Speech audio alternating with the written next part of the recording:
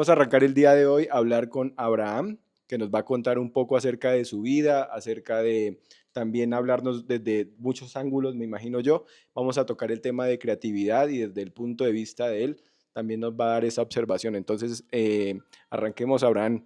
Defínenos un poco como tu rol y por último nos das esa concepción de creatividad desde tu punto de vista. Soy médico, me formé como médico, pero antes que eso, pues soy papá. Me gusta hacer un par de cosas distintas a la profesión, pero en algún momento también las he tratado de mezclar. Me dedico a la obstetricia, soy pues especialista en ginecología y obstetricia. Y cuando me invitan a hablar de creatividad, pues inmediatamente evoco el quehacer de todos los días, porque pienso que la creatividad es como un proceso más bien dinámico, como no está estático en el tiempo, sino que responde como a una necesidad del ser humano de actuar frente a algo, justo ahora que estábamos hablando del actuar. Y pues para lograr ese objetivo necesitas varias estrategias y creo que la creatividad está allí, como en buscar esas alternativas para que logres, en este caso, un fin específico. Te lo digo desde mi quehacer como obstetra, como la persona que acompaña estos procesos de nacimiento.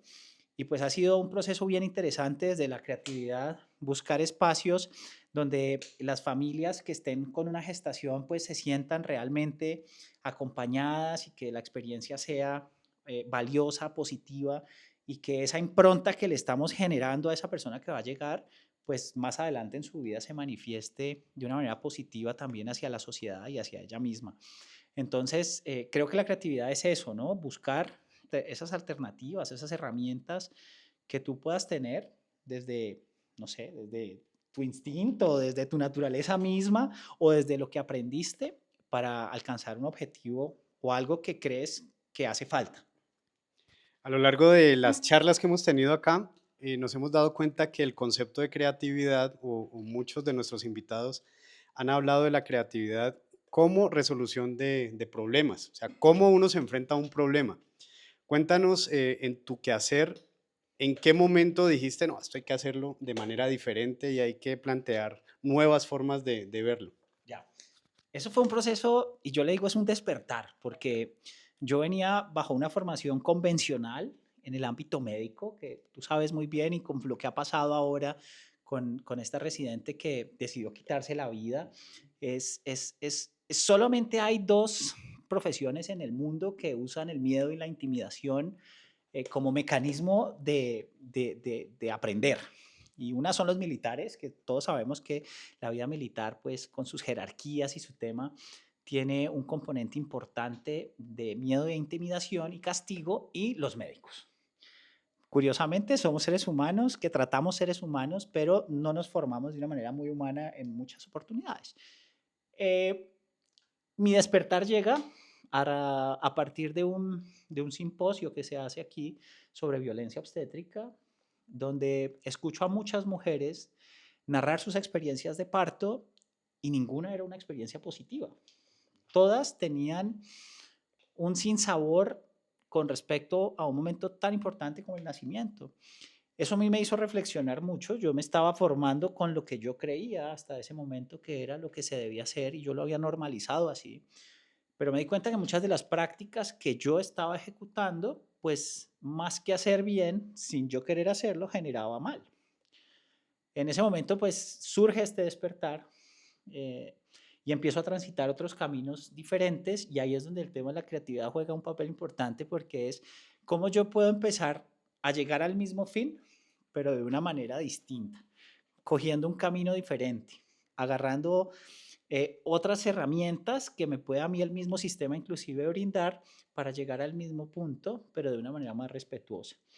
Y ese ha sido pues mi transitar durante todos estos años, al punto en que hemos podido tener unas experiencias muy bonitas con familias que han estado y que hemos acompañado su gestación y se han dado unos procesos de cambio impresionantes y los ves en la crianza y los ves en la lactancia y aún ya niños que empiezan su escolaridad, los ves cómo se comportan de una manera diferente. Entonces decimos pues que sí, vale la pena haber hecho ese cambio. Claro, te enfrentas de alguna manera a un sistema que es un poquito reacio a cambiar, cuando ustedes empiezan a hablar de creatividad, pues siempre si tomas un camino, ah, digamos, paralelo al que normalmente todo el mundo camina, pues dicen, ¿qué le pasa? Este está loco, ¿cómo le ocurre hacer ese tipo de cosas? Pero empiezas a echar mano de una cantidad de cosas que tenemos ahí, como la partería, por ejemplo, que nos acompaña desde mucho antes de la medicina que yo aprendí, como la espiritualidad, por ejemplo, a transitarla y a involucrarla dentro del proceso de nacimiento. Y allí ya logras, digamos, complementar todo de una manera más integral y logras tus objetivos.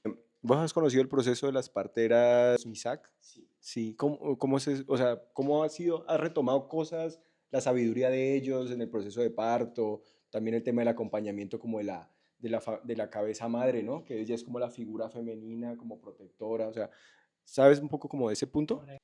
La partería nos da herramientas muy valiosas porque la partería no solamente es el quehacer de atender un parto, sino que lo que hemos aprendido de la partería es que es integrarse a la familia.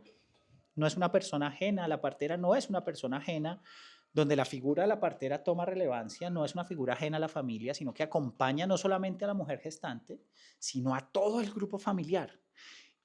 Cuando hablamos de los MISAC tienen una casa de parto alrededor del fogón. ¿Por qué? Porque el fogón es un sinónimo de calor. El calor se interpreta con bienestar, el frío con enfermedad. Muy simbólico, pero a veces nosotros occidentales, facultativos, no tenemos en cuenta ese tipo de cosas y muchas veces no atinamos en los tratamientos porque no tomamos en cuenta ese tipo de creencias y convicciones. Por eso te decía que el tema de la espiritualidad es muy importante integrarlo dentro de la atención médica. Aparte de eso, la partera acompaña todo el proceso. Inclusive la partera acompaña el proceso no solamente de gestación, sino desde que la mujer hace la transición de niña a mujer. Cuando tú ves los espirales de la vida, que muchos de los pueblos ancestrales que tenemos en nuestro departamento los involucran, te das cuenta que desde el nacimiento mismo la mujer ya tiene un papel importante dentro de la comunidad y dentro de la sociedad como mujer generadora de vida.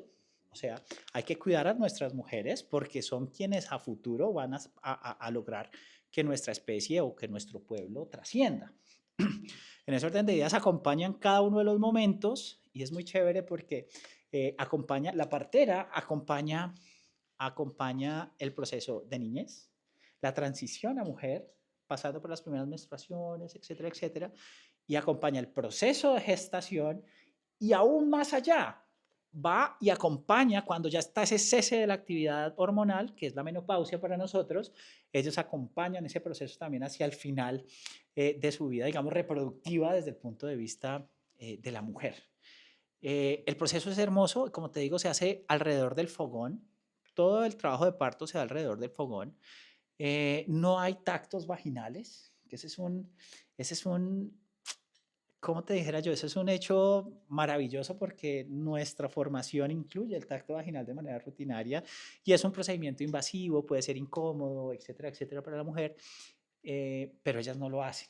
Se basan más en el sentir de la mujer, logran conectar, empatizar muchísimo más y el movimiento durante todo ese trabajo de parto es maravilloso porque ellas, sin de pronto tener el concepto de biomecánica propiamente establecido, logran aplicar todos esos movimientos para que el trabajo de parto se dé de una manera mucho más fisiológica y mucho más eficiente.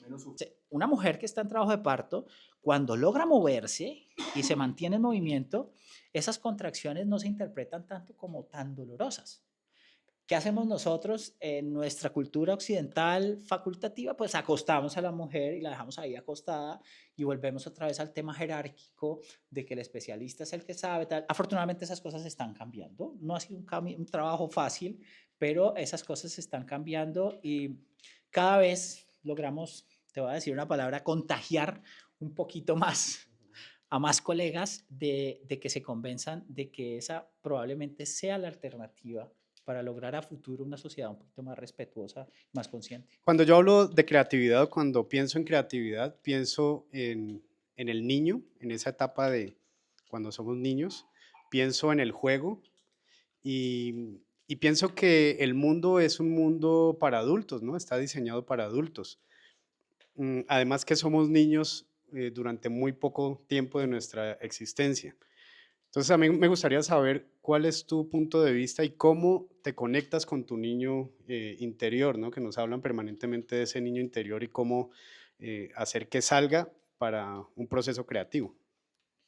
Uy, Alejo, yo creo que el niño interior es como el homólogo a lo que nosotros los adultos llamamos el instinto. Creo que cuando escuchamos ese instinto es el niño interior, porque al niño no le importa, el niño tiene, digamos, prejuicios sociales, el niño cuando tiene que hablar, habla y si tiene que actuar, actúa. Exactamente, cuando nosotros somos adultos ya empezamos a tener una cantidad de frenos que nos los impone la sociedad, que nos los impone todo el mundo, nuestros papás, culturales, espirituales, te los pone el sacerdote, te los pone el pastor, te los pone todo el mundo, y empezamos a silenciar nuestra voz, que termina siendo el niño. Cuando silenciamos nuestra voz, pues ahí empezamos a perder creatividad. Entonces, yo entiendo, pues, por creatividad en esa pregunta que me haces, como al instinto, yo lo asocio a ese niño interior, o sea, hay que creerle. Y sin duda lo hago. En los partos que he tenido la oportunidad de acompañar, yo escucho mi instinto. Claramente tengo que estar bajo las premisas de un método científico, etcétera, etcétera, pero toda vez yo sepa que la intervención que voy a desarrollar es segura y me la ha permitido la mujer que estoy acompañando, yo sigo mi instinto. Y hemos tenido muy buenas experiencias con respecto a eso. Que, bueno, voy a traer a colación algo que estaba escuchando recientemente de Jodorowsky. Él criticaba a Freud. Okay. Lo criticaba porque él le decía que Freud era muy intelectual, que él miraba al paciente pero nunca lo tocaba o lo acompañaba y solamente lo observaba y lo analizaba y ta, ta, ta. Entonces dice que Jung, al contrario, él decía la importancia de sentir al paciente, pero abrazarlo, como de sentir el calor. Lo que yo creo que, como el tema que tocabas de la partera que hace todo el acompañamiento del ciclo bueno, de menstruación hasta el ciclo de concebir, pues la persona, digo yo, se siente todo el tiempo acompañada, como, uy, me siento acobijada, no siento miedo. Entonces, como la persona que acompaña el proceso de transformación del ser humano, si está frágil, es la persona que lo va a acobijar, que lo contiene, que más allá de analizarlo, lo está acompañando. Entonces, la persona va a sentir, él dice como la energía del padre. Ella va a percibir la energía del padre acompañada. Lo mismo también me imagino yo que es la figura de la mujer, de una madre que acobija, que acompaña. Entonces, esa parte es muy simbólica también, pero energéticamente hablando es como un proceso muy, ¿cómo decir?, muy transformador. Realmente hacia eso es a lo que hay que enfocar todas las baterías. Y creo que debe haber una transformación importante en la forma en la que estamos formando a nuestros profesionales de la salud. Yo he sido muy crítico del sistema y Alejo lo sabe muy bien, cuando uno es crítico de algo, pues se empieza a volver como un enemigo del sistema. Si no logramos humanizarnos como, como acompañantes de todos estos procesos de salud de enfermedad, no solamente para el nacimiento, sino para todo, si no logramos humanizarnos, seguramente no vamos a lograr objetivos y cada vez vamos a tener una sociedad más enferma, más decadente, tremendamente dependiente de un sistema que lo que busca es que estemos enfermos. El proceso de parto, por ejemplo, pues el proceso es perfecto en sí mismo. Si fuera tan defectuoso como a veces lo tratamos de ver, y por eso hacemos tantas cesáreas a veces, si fuera tan defectuoso como el proceso supuestamente es, pues no existiríamos como especie humana. O sea, el proceso funciona y funciona bastante bien y ha funcionado durante todo en la historia de la humanidad. Entonces, ahora que me dices eso, yo creo que hay que volver a la esencia misma del acompañamiento.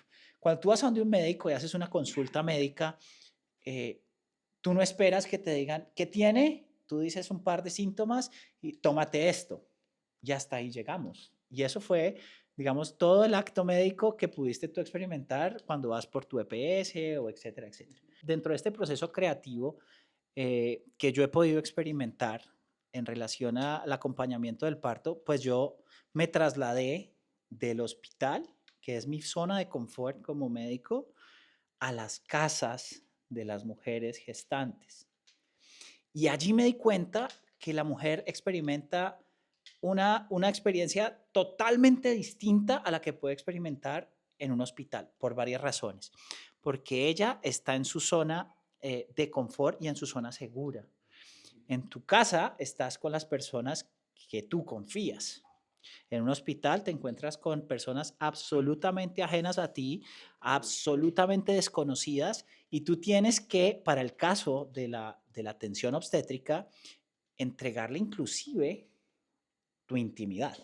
Todas esas cosas, el miedo, por ejemplo, la ansiedad, te bloquean un trabajo de parto. Y eso te lo puedo explicar no solamente desde el creer, sino también desde la ciencia, porque hay una cantidad, unos pulsos de hormonas que se bloquean cuando estamos sometidos a procesos de estrés o de ansiedad. Entonces, nos hemos dado cuenta que los trabajos de parto fluyen divinamente en casa. Y yo creo que en algún momento hay que volver a eso. Ahora que tú me decías que las actividades chamánicas, pues mira, los médicos, los sabedores, los médicos tradicionales no atienden en un consultorio convencional. Ellos van a la casa porque muchas veces nos enfermamos por cosas que están en nuestra casa, que están mal posicionadas. Entonces, si quieres hablar de Feng Shui, pues por ahí ya empezamos a tener ciertas ideas de por qué tenemos que organizar de acuerdo a los elementos y que haya un flujo energético diferente, etcétera, etcétera. Estás hablando de armonizar con otros seres humanos y pues nosotros empezamos a vibrar con otras personas o empezamos a vibrar de una forma y atraemos a ciertas personas que están más o menos pensando en lo mismo, disertando sobre lo mismo y están pues como en un camino parecido al de nosotros. ¿Cómo ves esa relación con la gente que te rodea? O sea, ¿son muchas personas, son pocas personas? ¿Cómo es ese proceso de vibrar creativamente con otros? Es un proceso complejo. Número uno, porque con algunas personas no tienes buena afinidad, con algunas no haces clic, como con otras que sí haces clic. Generalmente cuando estamos en este camino, la mayoría hacen clic, porque ven que los resultados son muy buenos. Pero cuando no, pues hay que también hacer entender que son cosas que se salen un poquito de tu control y pues en ese orden de ideas no te deberían afectar tanto. Porque en el momento en que tú entras a chocar, ahí hay una buena fuente de enfermedad. Cuando tú chocas con alguien, cuando tú vives en conflicto con alguien, pues terminas enfermándote por eso. Y ahí estamos también con el tema de la creatividad. Eh, Cuando alguien no comparte tus ideas, pues la idea no es chocar, la idea es tratar de negociar y seguramente esa persona que choca contigo también te puede aportar algo a tu proceso creativo, que yo creo que es lo valioso de eso, pero hay que estar abierto a poder negociar y a poder interactuar, intercambiar ideas, pero sin imponer. O sea, a nadie le gusta que le impongan, entonces uno tampoco pues puede pretender imponer. Mi proceso es lo máximo y es que esta es la forma como se hace. Pues no, seguramente está sujeto a condiciones y restricciones que se hagan y cada vez el proceso se va tecnificando y se va perfeccionando muchísimo más. Me da curiosidad sobre la parte de Magua que dijiste. O sea, esa parte, pues, yo creo que es una fuente, me imagino yo, de imaginación, de... Bueno, hablamos con Alejo que nos gusta el tema del clown, a mí me gusta la comedia. O sea, yo digo que en mi trabajo, sobre todo, ahí como sacando a propósito un tema, es que a veces nos ponemos muy serios todo el tiempo, ¿no? O sea, y no tenemos es un espacio como para, bueno, permitirnos en sociedad también reírnos de nosotros mismos, eh, tener procesos creativos de, por ejemplo, mi trabajo puede ser completamente diferente al tuyo, pero entre nosotros puede salir alguna idea, puede surgir alguna idea de negocio. Yo le puedo aportar desde la parte de experiencia un proceso de usuario a alguien que tenga un negocio en concreto. Entonces yo digo, chévere esos espacios, pero en la ciudad casi no existen. Estamos tan ocupados trabajando, pensando, proyectando que nos perdemos espacios valiosos en la ciudad que posiblemente nos ayudaría en temas creativos, en temas de salud, bueno. Yo creo que hay que empezar a trabajar esos espacios, porque aquí hay gente con mucho talento, Alejo. Fumer, hay gente con mucho talento y hay que empezar como a sumar fuerzas. Eh, digamos que el proceso de salud tiene que empezar a cambiar y esto es un tema dinámico. Seguramente no lo veremos nosotros. Y mira que este discurso, cuando yo lo doy en la academia, no pega tanto, no es un tema tan taquillero. Estamos hablando de cómo podemos hacer que el nacimiento sea un proceso más amigable para el usuario si fuéramos a hablar de una experiencia. Entonces, digamos que transitando todo eso, uno se pone a pensar, bueno, ¿y qué vamos a hacer de aquí para adelante, no? Pues, ¿cómo vamos a organizar esto? Pues yo creo que estos espacios que ustedes están generando son espacios muy potentes, porque de cada persona que ha estado sentada aquí donde estoy yo, ustedes dicen, oiga, este man dijo una vaina bacana. Y la magia, por ejemplo, te permite eso. O sea, la magia te vuelve, te lleva y te saca, es como un vehículo para sacar el niño interno, interior, porque te sorprendes otra vez. Entonces, uno cuando hace un truco de magia, es cuestión de habilidad, de distraer tu atención y llegar a un resultado. Lo mismo hacemos en el trabajo de parto, por ejemplo, no utilizamos medicación, pero yo puedo engañar, entre comillas, el sistema de dolor para que la sensación dolorosa no sea percibida como un dolor, por ejemplo. Que cuando hablamos de partería no existe la palabra dolor, no existe la palabra sufrimiento, existe el tránsito del trabajo de parto. ¿Ya? Entonces, las contracciones no son dolorosas, no se interpretan como dolorosas, sino que son, hace parte del proceso y lo vamos a asumir así, pero no como algo malo, sino como algo positivo que ya nos acerca con cada contracción al nacimiento de este nuevo ser. Entonces, vos decís, uy, claro, si yo le digo esto a una mujer en trabajo de parto, yo le digo, señor, a usted le van a doler las contracciones, eso es horrible, hágase poner algo en la espalda, hágase poner medicamentos, fármacos para que usted no le duela tanto, pues ella le va a doler. Sin ni siquiera haberla sentido, ya ella ya se pone ansiosa y yo como que mejor cesárea porque esta vaina me va a doler. Exacto, como el pinchazo. Si centramos la atención en otra cosa diferente al dolor, y así vemos cómo la sensación que producen las contracciones ya no se interpreta como tan dolorosa. Tillo, tenemos dentro del señor Cara de Papa unos conceptos de creatividad. Entonces, léelo y nos cuentas cuál es tu opinión al respecto. Creatividad como desbloqueo mental, mira. Lo dice Natalie Goldberg. Pienso que el sistema a todos nos mantiene bloqueados y es lo que el sistema necesita. Mantenerte bloqueado para que tu mente solamente se enfoque en lo que ellos quieren que tú veas. Cuando te digo ellos, no te estoy hablando de alguien en específico, sino de cómo funciona todo el esquema.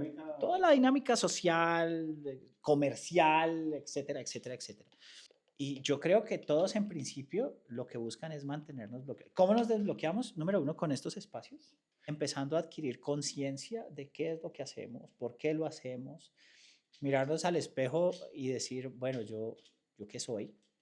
Este man que yo veo ahí en el espejo, ¿quién es? O sea, si es el man que yo quiero ver o de pronto no es el man que yo quiero ver, está haciendo lo que yo quiero hacer o tal vez no. Y yo creo que cuando empezamos a hacer esa introspección y a transitar ese mundo del cambio y de la autocrítica también, pues en ese momento nos desbloqueamos. Ahí es cuando yo creo que nos desbloqueamos porque sentimos que hay una necesidad de cambio y esa necesidad de cambio te quita todos los bloqueos que puedas tener.